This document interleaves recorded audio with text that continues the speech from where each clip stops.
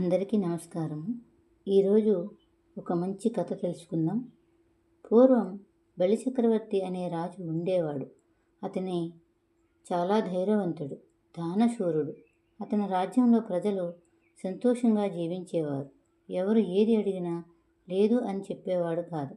కాలక్రమంలో బలిచక్రవర్తి తన శక్తితో దేవలోకాన్ని కూడా జయించాడు.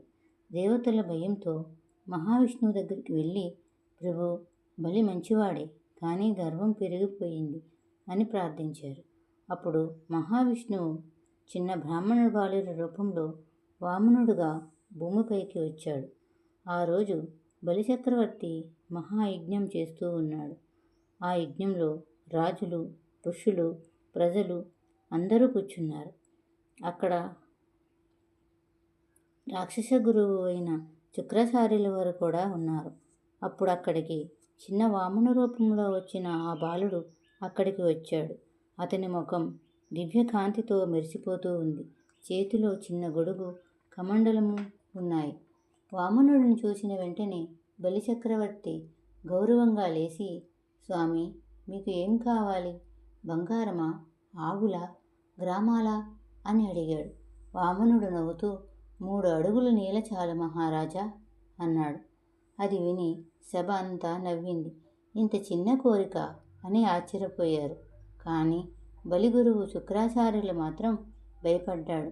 మహారాజా, ఇతను సామాన్య బాలుడిలాగా లేడు.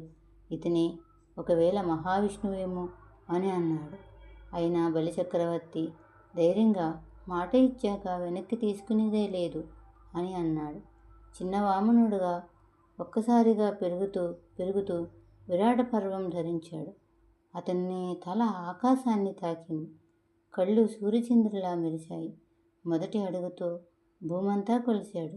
రెండో అడుగుతో ఆకాశం దేవలోకాన్ని కొలిశాడు.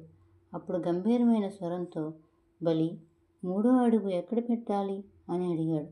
అందరూ భయంతో వణికిపోయారు. కానీ బలిచక్రవర్తి మాత్రం వినమ్రంగా చేతులు జోడించి, ప్రభు, నా తలపై పెట్టండి అన్నాడు. వామనుడు చిరునవ్వుతో 3వ అడుగును అతని తలపై పెట్టాడు.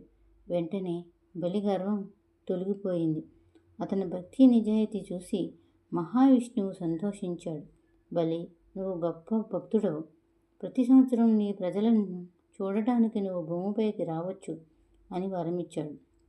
అప్పటి నుంచి బలిచక్రవర్తి ప్రజలు ప్రేమతో గుర్తు చేసుకుంటూ ఉన్నారు. ఈ కథలో నీతి ఏంటంటే, మాట నిలబెట్టుకోవడం గొప్ప గుణం. గర్వం కంటే వినయం గొప్పది అని. గర్వం ఎంత పెద్దదైనా భక్తి, వినయం ముందు తలవంచాల్సింది. మహాబలి ఎంత శక్తివంతుడైనప్పటికీ ఇచ్చిన మాట నిలబెట్టుకున్నాడు. వచ్చినది మహావిష్ణువని తెలిసినప్పటికీ ఆయన దగ్గర ఉన్నది దానమిస్తానని అన్నాడు. మాట వెనక్కి తీసుకోలేదు. ఆ గొప్ప గుణమే మహావిష్ణువుకి అర్థమయ్యింది. అలాంటి గొప్ప మహారాజుని పాతాళలోకానికి రాజుగా చేశాడు మహావిష్ణువు.